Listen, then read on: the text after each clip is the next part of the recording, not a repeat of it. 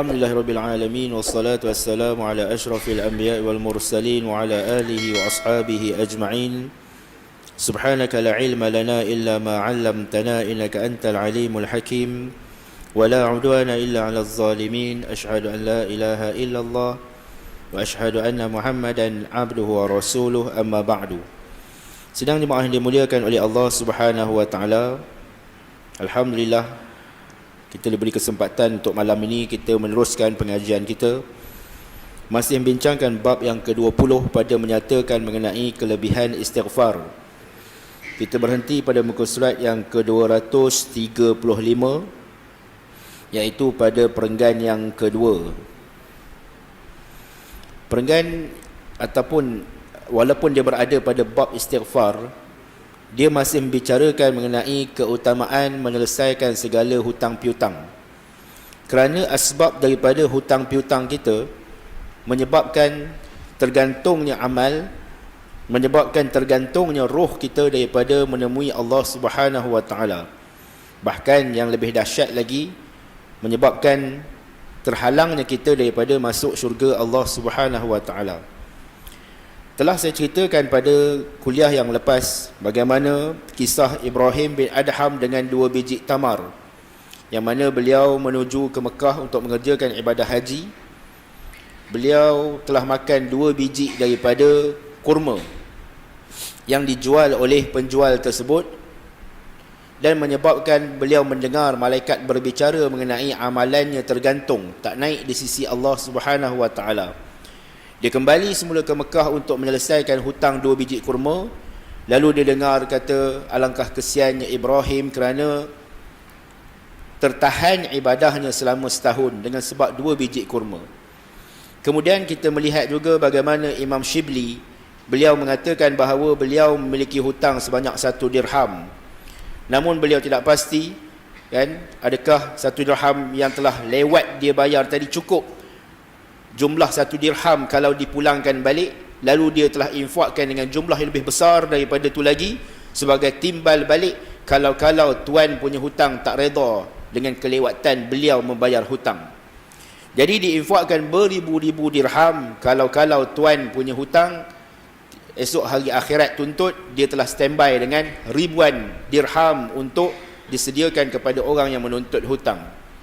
Demikian juga kita telah bicarakan bagaimana disebut oleh Imam Shibli, dia mengatakan bahawa dengan 1 dirham hutang, maafkan saya, 1 danik, iaitu sudus 1/6 dirham.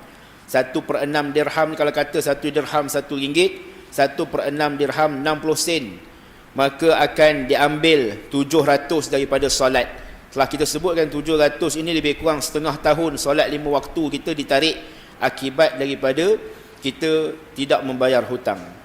Jadi tuan-tuan yang rahmati oleh Allah Subhanahu wa taala, di bawah sana ada satu hadis bahawa seorang lelaki dia berkata kepada Nabi sallallahu alaihi wasallam, "Ya Rasulullah, khabarkan olehmu akan daku jika dibunuh akan daku di dalam perang fi sabilillah. Adakah Allah akan mengkafarahkan dosa-dosaku seandainya aku ni perang mati syahid di dalam peperangan li'la'i kalimatillah, perang fi sabilillah, perang untuk menegakkan kalimah Allah, adakah Allah akan ampunkan dosa aku?" Dia nak tahu. Maka apa jawab Nabi SAW? Bahkan, dah tentu kata Nabi, Allah akan ampunkan dosa engkau, iaitu dengan engkau sabar mengira-ngira pahalanya melainkan hutang. Kan?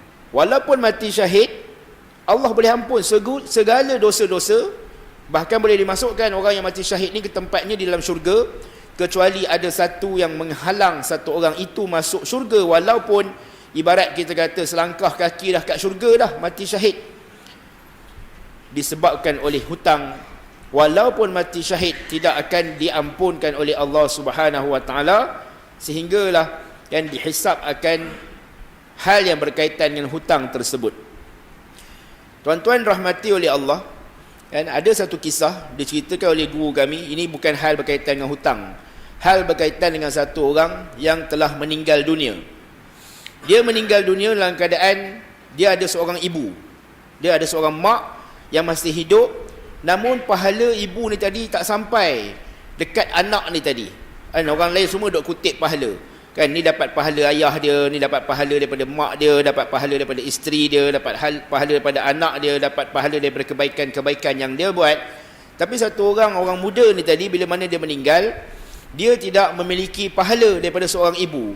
Jadi satu orang alim, dia tidur di kawasan perkuburan tersebut, dia bermimpi dengan orang muda ni, lalu ditanya, wahai orang muda, orang lain semua dapat pahala, adakah kamu tidak memiliki ahli keluarga yang nak mendoakan kamu atau melakukan kebaikan diniatkan kepada kamu? Dia kata, ada, aku ada seorang ibu.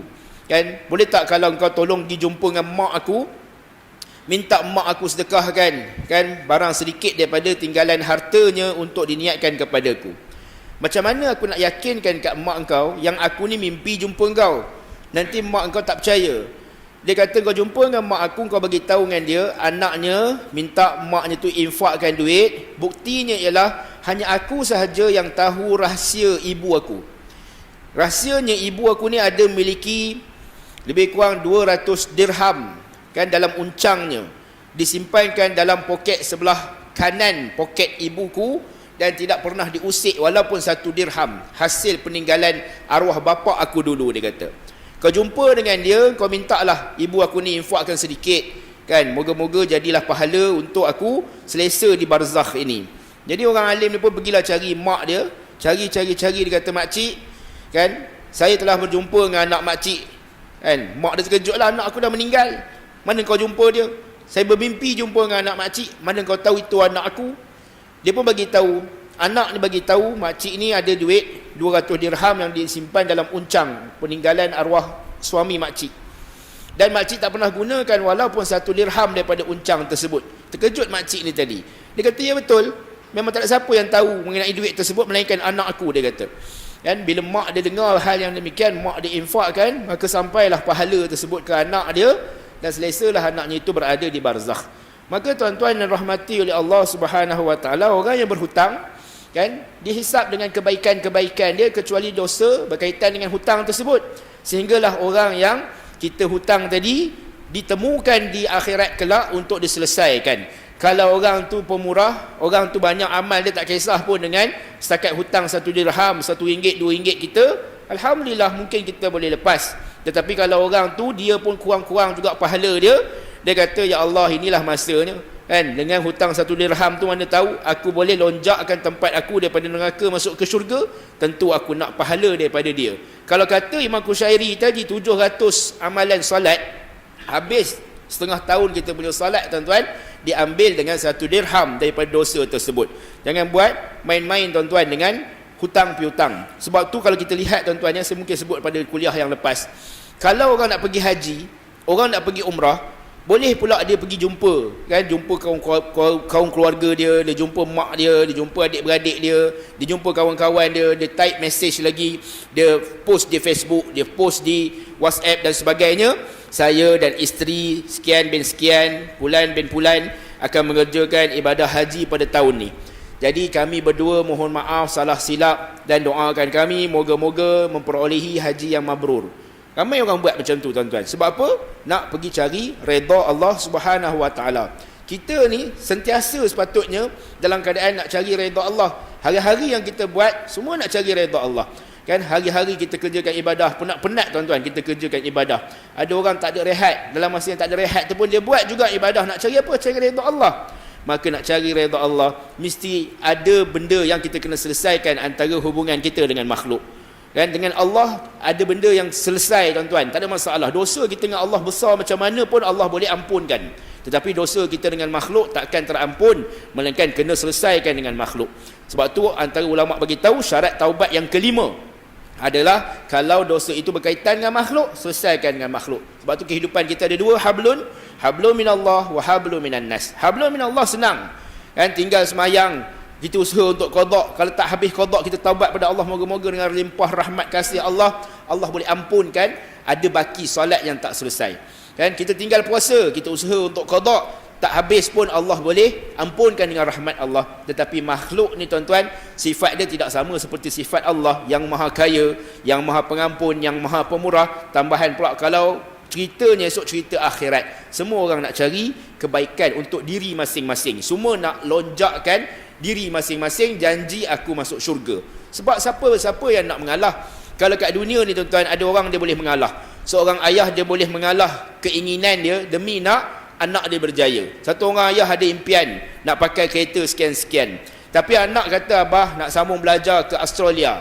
Kan? Abah kata, yelah, kan, pergilah, abah ada duit simpanan sikit, kau gunalah duit abah tu pergi. Baru ni ada satu kenalan saya tuan-tuan, anak sambung Australia. Saya tanya berapa agak-agak dapat beasiswa ke, saya tanya dia, tak ada ustaz, sendiri je kan, keluar duit KWSP. Berapalah agak-agak kos pengajian 4 tahun duduk di sana. Dia kata 400,000 lebih ustaz, tak mustahil cecah 500,000. Nampak tuan-tuan, bukan murah-murah kan? Seorang ayah sanggup untuk menafikan keperluan dia, keinginan dia demi untuk seorang anak. Tak apalah, itu urusan dunia tuan-tuan kan. Tak ada dapat memiliki kereta yang sedia ada pun dah okey, dah sampai juga kan. Tak dapat nak beli motor besar, tak apalah, motor yang sedia ada pun okey juga. Tapi kalau cerita bab neraka tuan-tuan, siapa sanggup nak dibakar adik api neraka? Siapa yang sanggup? Satu hari akhirat sama dengan 1000 tahun dunia. Tak ada siapa yang sanggup tuan-tuan. Silap-silap tuan-tuan disebut dalam satu hadis bagaimana satu orang ayah di hari akhirat nanti, dia memiliki 10 orang anak kan. Dia sanggup menaruhkan anak-anak yang 10 orang tu sebagai timbal ganti. Dia kata, wahai Allah, aku ada 10 orang anak. Cuba kau tengok, anak aku yang pertama, yang kedua, ketiga sampai ke 10 tu cukup tak untuk gantikan mereka ni sebagai pengganti tempat aku dekat neraka? Aku tak nak masuk neraka, aku nak keluar. Ambil anak-anak aku sebagai tempat, sebagai pengganti kepada tempat aku di neraka. Sampai tahap tu tuan-tuan kan. Seorang cukup ya Allah, tak cukup ambil yang kedua, tak cukup lagi ambil yang ketiga, sehingga 10 orang dia sanggup kan, janji dikeluar daripada api neraka Allah Subhanahu Wa Taala. Ketika itu tak ada dah belas ihsan, tak ada dah kasih, tak ada dah sayang kan seorang ayah kalau balasannya adalah neraka kan. Hari ini kita infakkan 500,000 sebab balasannya mungkin kejayaan yang dimiliki oleh seorang anak. Kejayaan yang 500,000 yang kita infak tu belum tentu lagi kan. Sama ada dia habis belajar, tak habis belajar, sama ada dia esok berbakti, khidmat balik kat kita ataupun tidak, sebaliknya, tak ada. Tapi hari akhirat confirm kan, neraka Allah sebagai balasannya, tak ada siapa pun yang sanggup tuan-tuan kan nak berhadapan dengan seksa yang sangat dahsyat tersebut. Baik, dalam hadis yang lain, demi Tuhan bermulalah diriku pada tangan kudratnya. Ini tauhid tuan-tuan ya. Diri kita ini semua dengan kehendak Allah, dengan keupayaan Allah. Boleh nafas kita, rezeki kita, kan, sihat kita, kahwin kita, jodoh kita, apa segala semuanya dengan kudrah dan iradah Allah. Nabi ajarkan kepada kita tauhid. Jikalau seorang lelaki dibunuhkan dia fi sabilillah, terbunuh mati jihad, kemudian dihidupkan dia, kemudian dibunuh akan dia padahal ada atasnya hutang orang lain. Dah mati, hidup balik, mati semula, 2 kali mati syahid. Tadi satu mati syahid pun balasnya syurga tuan-tuan. Ini balasnya bukan satu kematian, 2 kematian. Mati hidup balik, pergi jihad lagi. Agak kata kita lah tuan-tuan, tak payah kata mati, cerita bab mati kan. Pelangkung dia orang kepala kita tak datang dah tempat tu tuan-tuan. Taubat dah kan, kecut perut dah nak datang tempat yang sama kan. Kalau orang duk sound kita ke, baru ni ada satu, saya pergi satu tempat, orang yang berniaga ni tuan-tuan orang berniaga ni kena ada akhlak lah tuan-tuan Kebetulan waktu dekat dengan maghrib dah, si isteri saya ni dalam perjalanan nak pergi kedai, nak pergi ke tempat solat lah, musalla, lalu kat depan kedai dekat UTC. Adalah kedai-kedai orang jual tudung dan sebagainya, duk jenguk je lah, bukan nak beli pun. Orang kedai tu kata apa, dah dah tutup dah ni, pergi dia buat begitu tuan-tuan. Jadi isteri saya ni kecil hati, waktu nak balik tu saya nak ajak dia lalu kat depan tu, dia tarik tangan saya, tak nak lalu sini. Kenapa pula? Saya katakan, dia tarik tangan, dia berjak pusing tempat lain kan, jauh sikit lah tempat pusing tu, sampai juga lah ke bawah. Kat kereta nanti saya cerita, dia kata sampai kat kereta, kenapa pusing jalan jauh? Tadi kan, bukannya nak beli pun dah tahu dah waktu nak maghrib. Orang kedai tu dia pergi halau, dia kata kan, dia pergi halau, dia buat macam anak ayam, syuh-syuh kan kita, dia kata kan. Halau macam tu pun dia kecil hati, tak nak dah lalu depan kedai dia, apatah lagi nak beli tak kan. Ini bukan cerita bab kena halau, bukan cerita bab kena herdik, bukan cerita bab kena pelangkung, bukan. Mati 2 kali. Kan? Hebat ceritanya. Sebab tu disebut oleh hadis Nabi, at-tajirul amin, at-tajirun saduqul amin ma'an nabiyyin was-siddiqin wasyuhada'i was-salihin.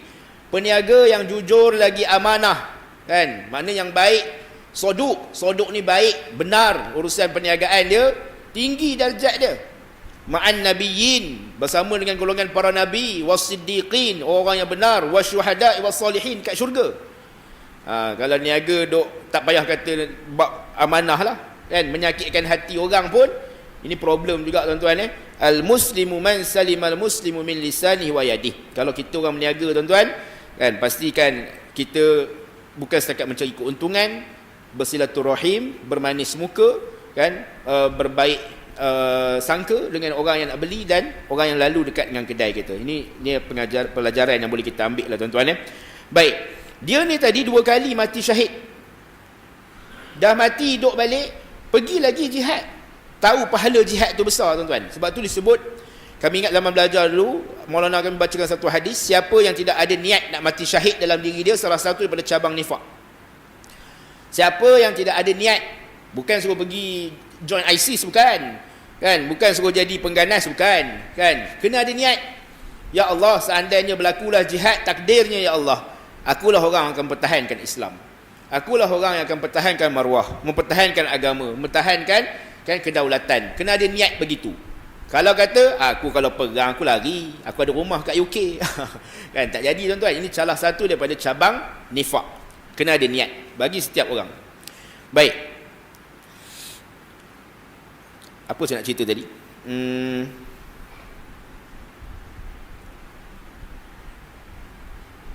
Cerita orang hidup balik ni tuan-tuan. Baik, ada seorang pelajar saya di madrasah, dia bekas MA, ataupun dulu dipanggil HA, medical assistant. Dia kata suatu hari dapat call daripada satu orang dalam kawasan takluk hospital, klinik tersebut, bagi tahu ada kematian berlaku kat rumah.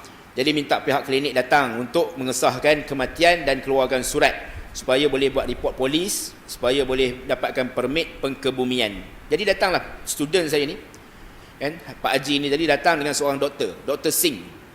Pergi buat rawatan, pergi cek, mengesahkan kematian. Doktor memang confirm sah, meninggal. Kejap tu tuan-tuan, anak dia bagi tahu hidup balik ayah dia. Telefon balik pihak klinik. Kan? Petang ni telefon balik pihak klinik. Cakap dengan Pak Haji ni tadilah. Minta datang semula ke rumah kami. Kenapa pula? Kan? Ayah kami yang tuan cek pagi tadi tu hidup balik. Ni baru meninggal semula ni. Mati balik ni. Dia dah mati dah pagi tuan-tuan. Dia sedar balik tengah hari. Dia meninggal balik petang. 2 kali mati dalam satu hari. Ni bukan cerita palsu, cerita tipu ni. Bukan cerita mastika, bukan. Bukan juga cerita tanah kubur. Ini cerita betul ni. Student saya sendiri yang cerita. Jadi pagi semula terkejut doktor. I confirm lah memang betul dia telah mati pagi tadi, kata Dr. Singh ni kan. Cuma dia hidup balik. Orang tu siap bercakap lagi tuan-tuan. Anak dia cerita balik, ayah saya siap cakap lagi, dia kata. Dia kata, aku dah mati tadi, dia kata. Aku minta dengan, dia sebut mungkin malaikat, dia tak sebutlah siapa. Dia kata minta tangguhkan sehingga anak aku daripada Kedah sampai. Dia ada anak duduk di Kedah. Jauh kan, Kedah nak sampai ke Nilai, jauh. Jadi dia kata aku minta tangguh, aku nak jumpa dengan anak aku yang duduk Kedah tu. Jadi hidup balik dia tuan-tuan. Dan anak yang Kedah tu sampai sempat bersembang, berborak dengan anak dekat Kedah tu, lepas asal meninggal balik. Kan, Masya Allah tuan-tuan. Ini cerita betul tuan-tuan. Ada satu saya uruskan orang meninggal, begitu juga cerita dia, anak dia cerita. Ustaz, ayah kami ni Ustaz, 2 kali meninggalnya malam tadi. Sudah saya kata. Masa tu belum dengar lagi cerita Haji yang MA tadi. Kan? Dia kata ayah kami 2 kali meninggal ni. Dah meninggal, pergi ke hospital, cek memang confirm, dah dapat dah surat, hidup balik bila sampai ke rumah. Kan? Hidup balik bila sampai ke rumah. Lepas tu lepas sembahyang subuh dia meninggal semula. Lepas waktu subuh dia meninggal balik. Masya Allah tuan-tuan, saya uruskan jenazah dia, badan dia besar. Masa saya uruskan jenazahnya tu, macam bantal golek tu. Ringan je. Dan masa kita tegak uruskan badannya panas. Macam orang hidup panas. Berpeluh-peluh. Badan ringan. Yang saya terkejut dia sedawa. Oh, dia sedawa. Saya kata, sudah kali ketiga pula hidup ni kan. kita pun sebab dah dengar cerita anak dia tadi kan. Bila dia sedawa tu, ingatkan bernafas lagi kan. Tak, memang ada angin kot. Bila kita tegakkan tu ada angin yang dalam badan tu keluar.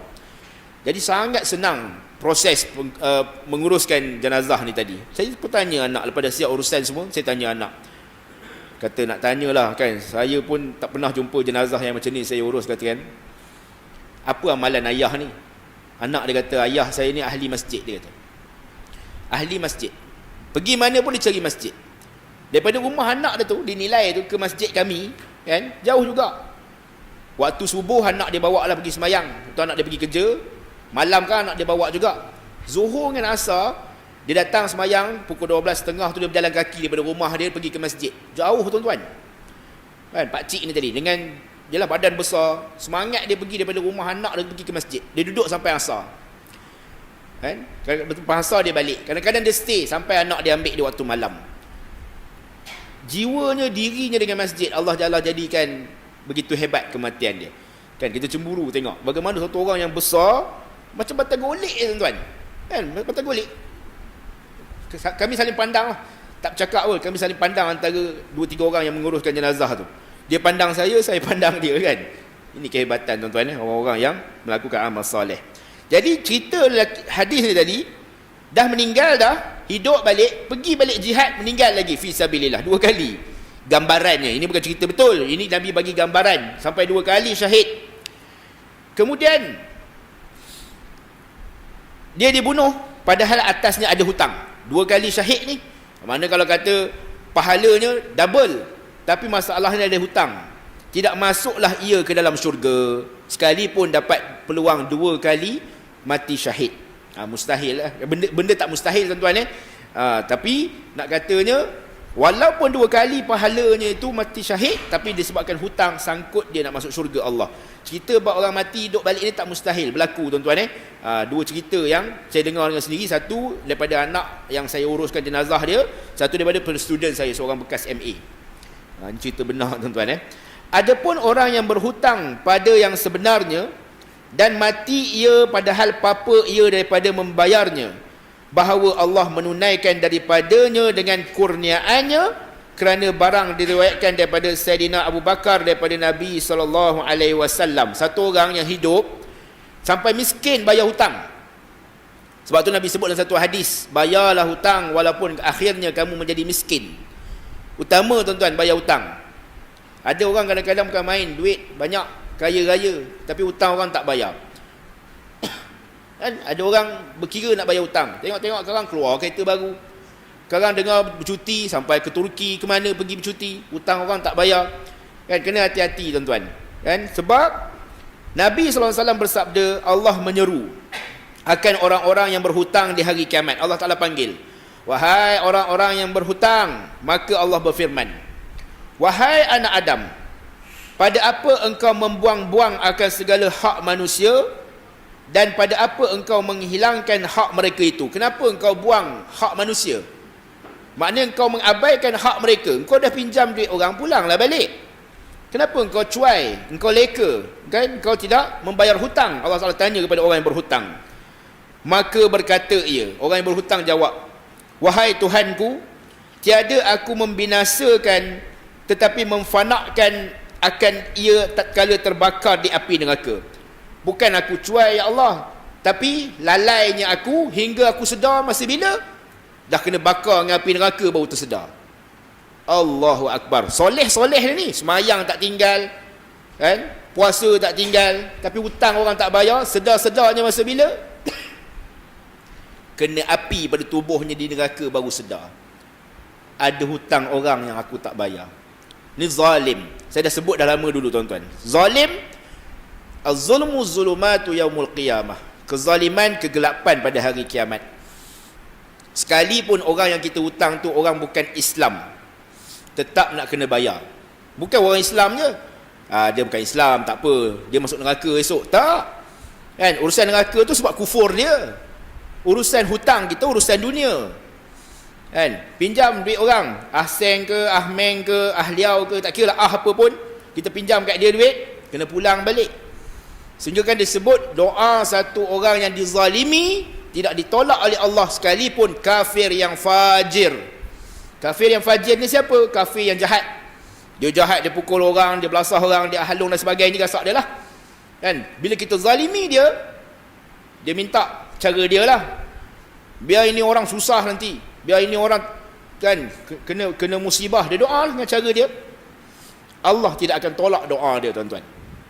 Kan? Orang bukan Islam pun dia berdoa juga. Tapi cara dia lah kan. Allah tidak akan tolak. Maka dia kata apa? Allah berfirman, aku terlebih sebenar orang yang membayar daripada engkau. Akulah sebenar-benar orang yang membayar.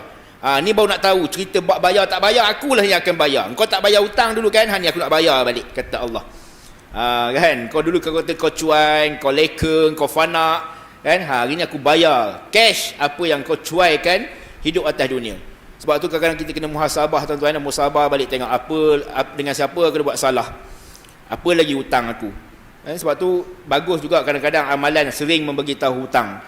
Disebut dalam satu hadis, jangan kalian tidur 2 malam berturut-turut melainkan telah dituliskan wasiat. Maksudnya apa? Wasiat ni bukan berkaitan dengan harta yang kita ada je. Hutang-hutang kita kena wasiatkan juga. Kadang-kadang hari ni ada skim apa, takaful, hibah takaful. Kan, di si seorang suami dia ambilkan hibah untuk isteri dia. Kan, bila aku meninggal nanti kau dapat lebih kurang 300,000. Kan, kau pergilah tuntut dengan takaful sekian-sekian. Utang aku ni ada, kan, dekat bank ada sekian banyak, rumah ada sekian banyak, kan, dengan Pak Lang dulu ada hutang, kan, beli itu ini sekian banyak, engkau tolong selesaikan. Kalau tak nanti, kan, kita lah yang jadi susahnya, kita lah berat. Isteri kita tak bertanggungjawab di atas hutang yang kita buat, tapi kita hibahkan tersebut, tolong bayar balik hutang aku, wasiat. Kan, wasiat untuk dia uruskan hutang kita, tuan-tuan. Maka beratlah kebajikan atas kejahatan, maka disuruh dia ke syurga. Maknanya Allah Taala kata, kalau nak kira nak bayar, akulah yang membayarnya, kata Allah. Kan, tetapi kalau Allah Taala pandang dengan rahmat, kan, mungkin Allah Taala akan keluarkan dia dengan rahmat Allah Subhanahu Wa Taala. Tapi kalau kata nak dibayar dengan azab, Allah akan kekalkan kita dengan azab Allah Subhanahu Wa Taala di neraka kelak, wa iyazubillah. Baik, disebut dalam hadis, barang siapa yang memberi hutang bertangguh. Ini cerita orang boleh postpone dia punya hutang, extend waktu bayar hutang. Contohnya, tuan-tuan, orang tu janji dengan kita nak bayar hutang pada 31 hari bulan Disember tahun 2019, dah lepas. Itu tarikh akhir dia kena bayar hutang dengan kita. Tapi kita tahu dia dalam keadaan susah, ni nak buka sekolah, kan, bisnes dia pun tengah jatuh. Jadi kita kata macam ni lah, kan, aku bagi tangguh, engkau ambillah masa lagi 6 bulan untuk selesaikan hutang aku. Dia bagi masa, extend lagi, tambah lagi 6 bulan. Apa cerita dia? Orang yang baginya dengan tiap-tiap hari pahala sedekah sampailah ajalnya. Orang yang extend tempoh bayar hutang ni, setiap hari yang dia tangguhkan tempoh orang tu bayar hutang, hari-hari itu adalah hari dia bersedekah, walaupun dia tak keluarkan duit. Ibarat macam dia bersedekah. Yalah, kalau tidak orang tu bersusah payah, susah kan, hari nak kena bayar RM30, RM20, RM40 dan sebagainya, ikutlah berapa banyak hutang nak kena bayar, nak kena kumpul nak bayar duit orang. Tapi dia bagi tangguh, mungkin orang tu boleh daripada bersusah-susah nak bayar RM50, bila tangguh tu mungkin, kan, dia kumpulkan RM10, RM10, ada RM40 yang mungkin dia sedekah dalam keadaan tak sedar, kan, kepada orang yang dia bagi tangguh akan hutang tersebut, tuan-tuan. Pernah satu ketika, tuan-tuan, ada satu orang dia duduk menjerit depan rumah Nabi.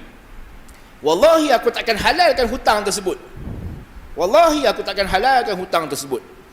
Sehinggalah Nabi SAW dengar satu orang yang bersumpah tidak akan menghalalkan hutang. Nabi keluar. Siapa yang tadi bersumpah tak nak melakukan kebaikan? Dia pun malu-malu Allah, dia kata, aku ya Rasulullah, kan, jangan sekali kalian bersumpah untuk tidak melakukan kebaikan. Patut kita bersumpah nak buat kebaikan, kan. Aku kalau sihat ni aku nak semayang banyak-banyak, Aku kalau banyak duit ni aku nak sedekah banyak-banyak, itu yang betul. Ini dia bersumpah tidak mahu menghalalkan hutang dia. Jadi bila dengar Rasulullah tegur hal tersebut, dia kata kalau begitu Rasulullah aku halalkan hutang aku ya Rasulullah. Dia malu Allah dengan Nabi. Tapi bukan setakat malu Allah, dia tertarbiah secara tidak langsung oleh Nabi SAW. Baik. Makanya bagi hari-hari yang ditangguhkan tempoh orang tu bayar hutang adalah pahala sedekah bagi dia. Dan melihat Nabi SAW pada malam Mi'raj pada pintu syurga adalah pahala sedekah 10 kali ganda dan pahala memberi hutang 18 kali ganda. Sedekah 10 kali ganda pahala dia. Orang yang memberi hutang lebih lagi tuan-tuan. Sebab orang ni tuan-tuan kalau tidak kerana terdesak kan, tak mahu dia berhutang tuan-tuan. Ada satu cerita, satu kisah ni diceritakan kan, dalam satu kitab, bagaimana satu orang dia pinjam duit. Kisah ni lah hadis. Dia pinjam duit dengan ceti lah, kita kata ceti kan. Dia pinjam 1000 dinar duit. Nak buat modal berniaga, dia nak berlayar menuju ke satu tempat. Dia janji akan bayar pada sekian tarikh.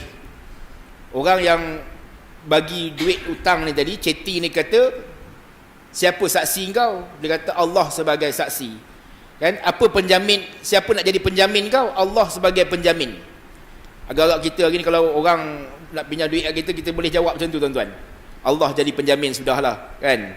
Kalau RM10 boleh tuan-tuan sebab bukan apa, dalam Quran memang dia bagi tahu orang yang memberi hutang dan orang yang berhutang dua-duanya kena tulis. Mana kena ada hitam putih lah, kena ada black and white. Memang arahan Quran bagi tahu macam tu dalam ayat dain kan, ayat hutang yang ayat panjang satu page tu. Dah bagi tahu dah apa langkah-langkah kalau nak memberi hutang, apa langkah kalau nak berhutang. Aku dah bayar RM10 ya, aku tanda buku aku, kau pun tanda buku kau. Kau sign sini, aku sign sini. Kan, kena detail. Sekarang kita dah bayar 1000, dia kata kau baru bayar 500. Jadi problem juga berbangkit di hari kemudian. Maka Islam dah bagi tahu dah cara dan jalannya. Maka dia pun berjanji aku akan bayar pada sekian tarikh. Sampailah waktu yang dijanjikan, orang yang berhutang ni tadi dia bermusafir di satu pulau, di satu tempat yang jauh. Tak ada kapal nak masuk semula ke kampung dia. Kan, kapal nak masuk semula ke kampung dia untuk dia bayar duit 1000 dinar tadi tak ada masuk. Maka apa dia buat? Dia pun jumpa sebatang kayu, dia nampak ada sebatang kayu terapung kat dalam sungai, dia ambil kayu tersebut, dipakukkan di tengahnya, dibuatkan lubang, diletakkan wang 1000 dinar, diikat kayu tersebut, ditulis surat. Kan? Sambil dihanyutkan, ya Allah, kan, hantarkanlah kayu ini kepada ceti yang bagi aku hutang dulu. Jadi tuan-tuan, hari yang dijanjikan ceti pun tunggu kat jeti. Tunggu, tengok-tengok tak ada kapal masuk. Dia kata orang ni mungkir janji. Kan, orang ni mungkir janji. Tak apalah. Dia pun nampak ceti tu, nampak ada kayu terapung. Dia kata bagus kayu ni kan. Buat orang faham kata kayu apa? Beleban. Kayu keras. Boleh buat kayu api. Dia pun ambil kayu tersebut bawa balik. Di saat dia pakuk kayu tersebut, pecah keluar wang 1000 dinar berserta dengan surat yang dihantar oleh orang yang berhutang tadi.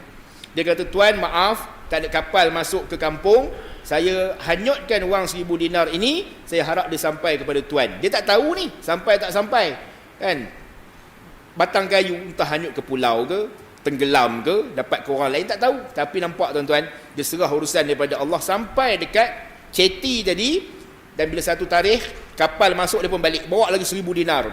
Jumpa dengan ceti tadi, dia kata, tuan minta maaf, tarikh dijanjikan saya tak dapat nak balik, kapal tak ada. Ni saya bawa 1000 dinar untuk bayar hutang tuan. Dia tak tahu ni ceti dah dapat 1000 dinar. Maka ceti pun tadi ambil 1000 dinar tadi, nah aku nak hadiahkan balik ni kat engkau orang yang jujur, dia kata. Duit yang kau kirimkan tu telah sampai kepada aku dengan izin Allah tuan-tuan. Ini dalam hadis yang diceritakan kisah tersebut tuan-tuan. Jadi bila kita betul nak bayar hutang, Allah akan lapangkan tuan-tuan. Sebab tu kena minta lah, ya Allah lapangkan rezeki aku ni, ya Allah. Aku ni hutang banyak, ya Allah. Kan? Kau beri kesempatan untuk aku lunaskan hutang sebelum aku meninggal. Minta rezeki macam tu.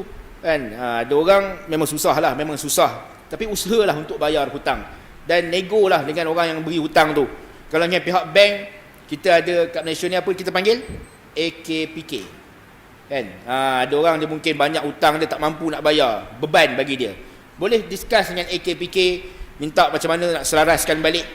Kan? Kawan saya ceritalah, wallahualam, pihak bank kadang-kadang tak berapa nak suka AKPK masuk campur hal hutang orang yang berhutang ni, sebab yalah, masa untuk bank dapat semula duit tu akan jadi lebih panjang dan lambatlah pulangan dia semula kan. Tapi tak apa, itu saluran yang ada dan benda itu pun legal, maka jumpa. Kan, jangan sampai nanti kena blacklist, kan, insolvency dah bankruptkan kita, dah jadi susah tuan-tuan.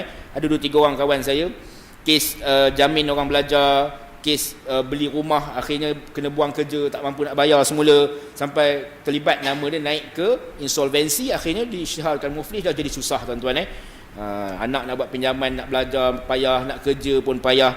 Jadi boleh discuss dengan pihak kerajaan sediakan AKPK untuk selesaikan hutang. Jangan buat lari je, jangan buat donor je kan. Biarlah blacklist aku bukan nak beli apa pun. Bukan cerita nak beli apa di dunia, nak cerita tu nak jawab apa ke akhirat. Kan? Ada orang kata bukan aku nak beli rumah dah, bukan aku nak kerja dah, bukan aku nak beli kereta pun. Tak. Akhirat esok cerita dia. Pergi selesaikan. Okey, azan dulu. Ya. Lepas azan tanya. Okey. Hutang PTPTN kena bayar lah tuan-tuan . Dia tetap hutang lah, sebab masa kita tak kerja.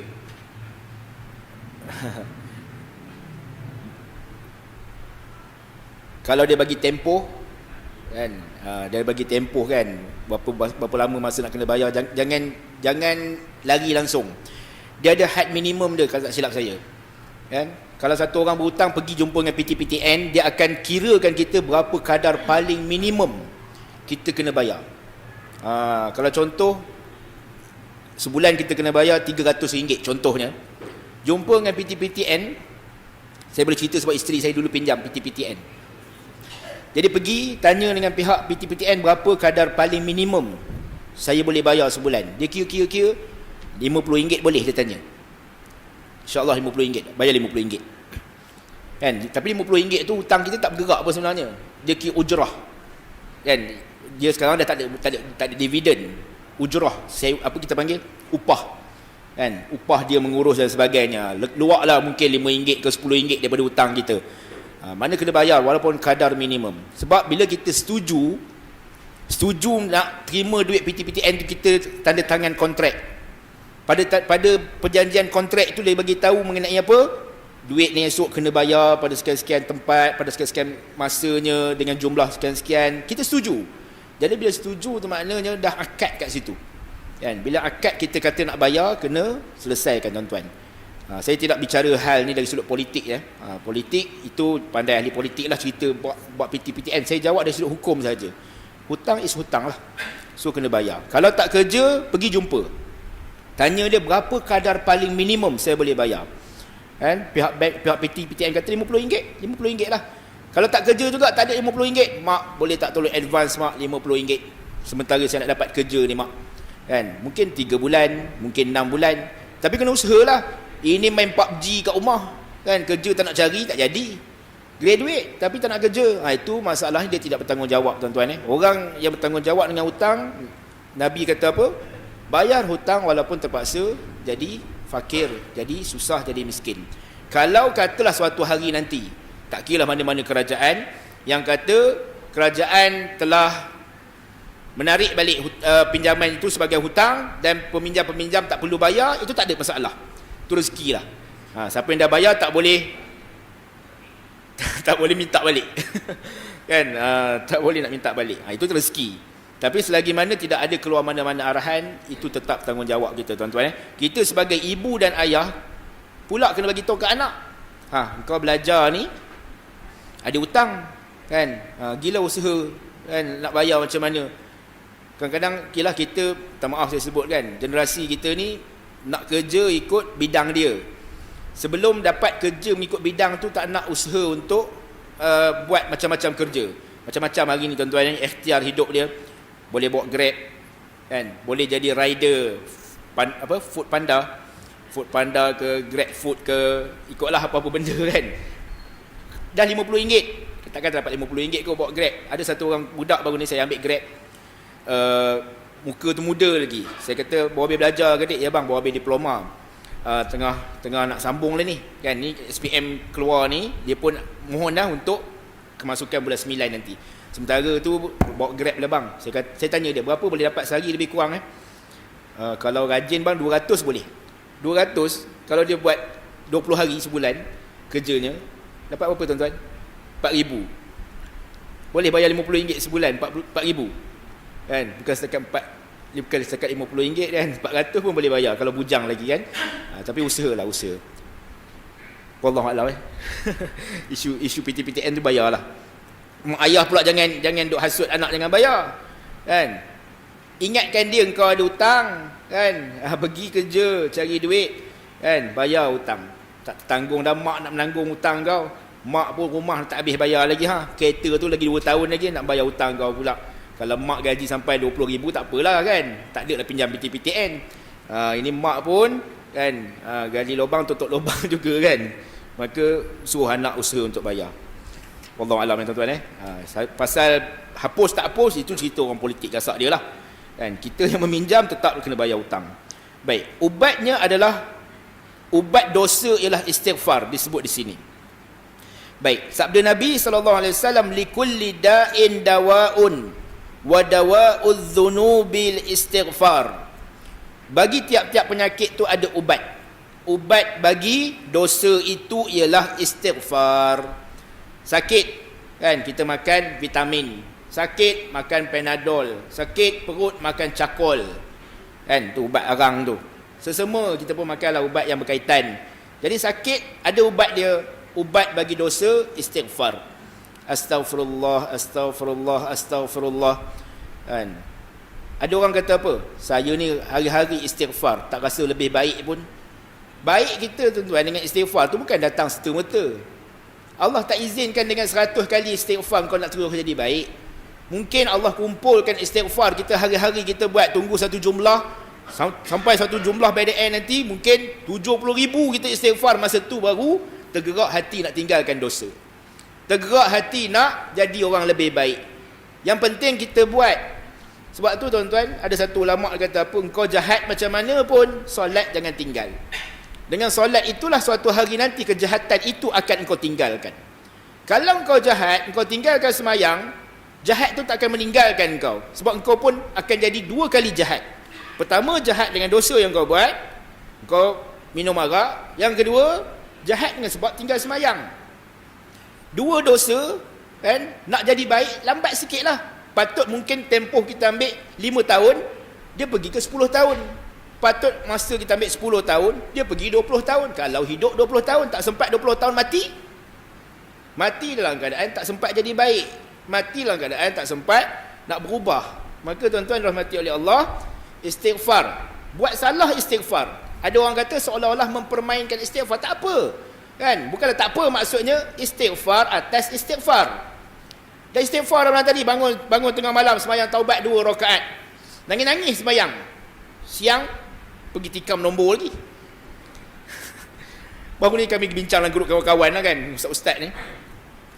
Ada 2 orang ustaz kena dalam masa terdekat baru-baru ni. Cerita bab orang minta nombor kat ustaz. Ustaz suka nombor apa? Ustaz pun lurus benar kan. Saya kalau suka nombor ni, saya suka nombor sekian. Kenapa ustaz? Ada kaitan dengan hari perkahwinan, ulang tahun perkahwinan saya. Ustaz tu jawab kan. Okey lah ustaz, tak ada saja dia tanya.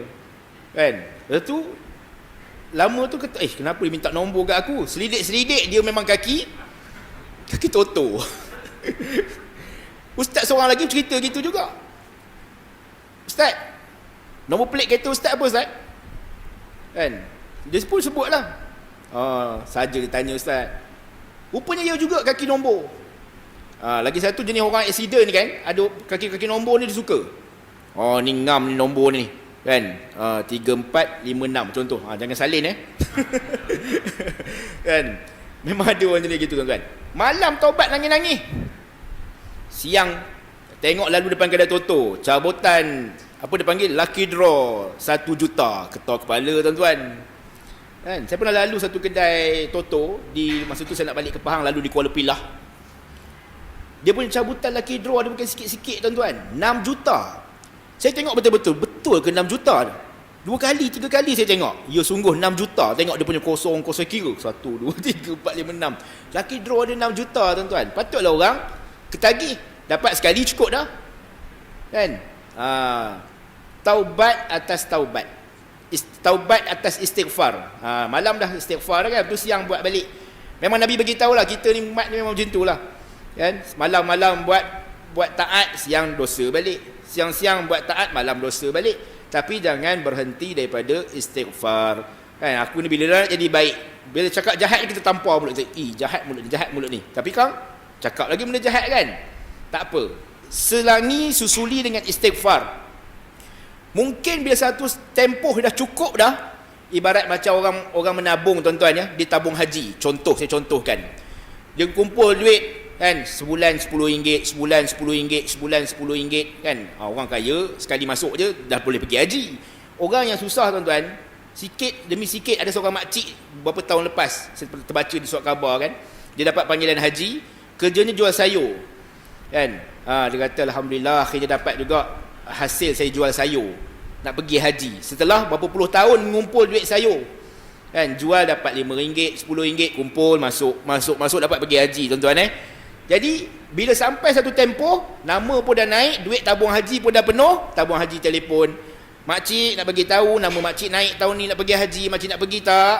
Dan alhamdulillah nak pergi sangat, dah lama dah kumpul kan, duit dah penuh, boleh pergi buat haji. Macam itulah ibaratnya, senang faham, istighfar tu kan, Allah nak jadikan kita berubah jadi lebih baik. Mungkin Allah nak tengok kesungguhan kita, Allah nak tengok usaha kita kan. Kita duduk istighfar lah setiap hari 100. Mungkin ada orang 10,000 dah cukup dah untuk dia jadi baik. Kalau kita jenis pesen jahat ni tuan-tuan kan, jenis nakal tahap kalau istilah budak muda tahap gaban ni kan, tak cukup 10,000 mungkin. Tunggu nak cukup 100,000. Tak cukup 5 tahun istighfar, kena ambil 10 tahun. Lepas 10 tahun tengok tiba-tiba berubah je dia. Lembut je rasa jiwa kan. Boring je, jemu je dengan maksiat. Itu semua gerak daripada siapa? Gerak daripada Allah. Kan? Kita usaha semata-mata, dalam masa yang sama kita minta dengan Allah. Kan? Kita doa. Sebab tu saya dah sebut dah beberapa bulan yang lepas. Dalam hidup kita ada 2 benda kita kena minta. Minta halawatul iman wa halawatul ibadah. Manisnya dalam beriman, manis dalam beribadah. Bila Allah kurniakan manis dalam beribadah, manis dalam beriman, dah tak rasa dah nak buat dosa tuan-tuan. Tapi bila tak ada kemanisan dalam beriman, tak ada kemanisan dalam beribadah, tu yang rasa dosa tu lebih manis. Kan? Berzina lebih manis, minum arak lebih manis, berjudi lebih manis, sebab dia tak rasa ibadah itu manis. Jadi mohon dengan Allah, ya Allah kurniakan aku kemanisan ya Allah. Halawatul iman wa halawatul ibadah. Baik, sabda Nabi SAW, likulli syai'in hilyah wa hilyatul dhunubil istighfar. Tiap sesuatu itu ada pakaiannya. Pakaian bagi dosa itu ialah istighfar. Lebih kurang sama macam tadi lah. Ubat bagi dosa istighfar, pakaian bagi dosa itu istighfar. Tutup dosa dengan istighfar. Lama-kelamaan insya-Allah kan kita akan jadi lebih baik. Tapi macam saya bagi tahu, jangan harap hari ni istighfar esok engkau nak jadi wali. Hari ni istighfar esok engkau nak jadi malaikat, takkan jadi mungkin. Tapi tak mustahil Allah boleh ubah satu orang menjadi baik dalam satu malam. Bagaimana satu kisah lama saya cerita tuan-tuan dulu, satu orang perompak masuk rumah Rabi'atul Adawiyah. Kan? Dia nak rompak rumah Rabi'atul Adawiyah, tengok tak ada benda ada. Yang ada hanya satu kendi buruk, kendi lusuh yang ada dalam rumah Rabi'atul Adawiyah. Dia pun katalah, kan, salah masuk rumah orang miskin. Kan? Keluarlah tak ada apa benda barang ada. Rabi'atul Adawiyah tahan dia. Wahai orang muda, dia kata, janganlah engkau keluar daripada rumah aku sehingga engkau mengambil sesuatu daripadanya. Perompak ni kata apa? Apa benda ada kat rumah engkau? Satu benda pun tak ada. Tu kau nampak tak cebok tu? Cebok ni jual pun tak laku, dia kata. Aku bukan suruh kau jual. Ambil cebok tu, pergi ambil uduk. Semayanglah 2 rakaat sebelum kau keluar daripada rumah aku. Kan? Gerak daripada siapa? Rabi'atul Adawiyah sebut je. Allah gerakkan, tiba-tiba rasa betul juga kata wanita ini. Lembut jiwa dia, pergi ambil cebok yang lusuh tadi, ambil uduk, semayang 2 rakaat. Dia terdengar Rabi'atul Adawiyah, ya Allah, jangan kau sia-siakan orang muda ini dalam keadaan dia masuk ke rumah aku dan dia telah sembahyang menghadapmu ya Allah. Dia dengar doa Rabi'atul Adawiyah, terus luntur jiwa dia nak jadi jahat, kan? Nak meneruskan kerjaya dia sebagai perompak tadi, akhirnya berubah jadi orang baik, tuan-tuan. Ada orang Allah boleh ubah dia dengan satu malam, dengan 2 rakaat. Ada orang yang mungkin tak dapat rezeki macam tu, dia kena usaha lebih sikit, mungkin setahun, 2 tahun. Jangan kenal erti jemu, sebagaimana Nabi bagi tahu, Allah tidak pernah jemu, kalianlah yang akan jemu di dalam meminta dengan Allah Subhanahu Wa Taala. Allah tak jemu, tuan-tuan. Tunggu doa kita, tunggu istighfar kita, tunggu taubat kita. Tapi Nabi kata, aku takut kalian yang jemu. Kita ni manusia yang jemu. Aku minta lama dah nak handsome, tak handsome. Kan? Jangan minta benda pelik-pelik, tuan-tuan. Minta nak terbang. Aku dah lama dah minta nak jadi macam Superman. Kan? Apalah aku boleh terbang. Janganlah minta benda yang khilaful adah. Kan? Manusia mana boleh terbang? Kan? Kau kalau dah, minta maaf lah saya sebut, kan, mak ayahnya asal daripada Kerala, takkan boleh sama dengan orang yang mak ayah asal daripada Beijing. Begitu senang faham je, kan? Maknanya ikut generasi kita lah, kan? Keturunan kita itulah ketentuannya. Kalau asalnya daripada Jawa, tak bolehlah kau nak jadi macam orang Arab. Itulah ketentuan Allah. Benda yang boleh ubah, ada benda yang tak boleh ubah. Minta jadi lebih baik, ya Allah, jadikan aku lebih baik, jadikan aku lebih seronok, semangat nak buat ibadah, jadikan aku lebih pemurah, jadikan aku kaya yang beriman. Minta benda-benda begitu, tuan-tuan. Jangan minta benda yang pelik-pelik. Wallahu a'lam bissawab, tuan-tuan. Kan, suka untuk saya ingatkan diri saya dan tuan-tuan, kita masih berada dalam Rejab, tuan-tuan. Rejab ni bulan yang kalau buat pahala, berganda pahala dia. Bulan haram. Siapa yang buat dosa juga, berganda dosa dia. Wa'iyazbillah. Jauhkan dosa, insya-Allah istiqamah dan tekun di dalam buat ibadah kepada Allah Subhanahu Wa Taala. Qulu qawli hadza astaghfirullahal azim li wa lakum. Assalamualaikum warahmatullahi wabarakatuh. Bismillahirrahmanirrahim. Alhamdulillah bil alamin wassalatu wassalamu ala asyrafil anbiya wal mursalin wa ala alihi washabihi ajma'in. Allahumma faqqihna fid din wa 'allimna ta'wila siratal mustaqim. Wassallallahu ala sayyidina Muhammad wa alihi wasallam. Alhamdulillah bil alamin. Subhanallah bihamdihi subhanallah.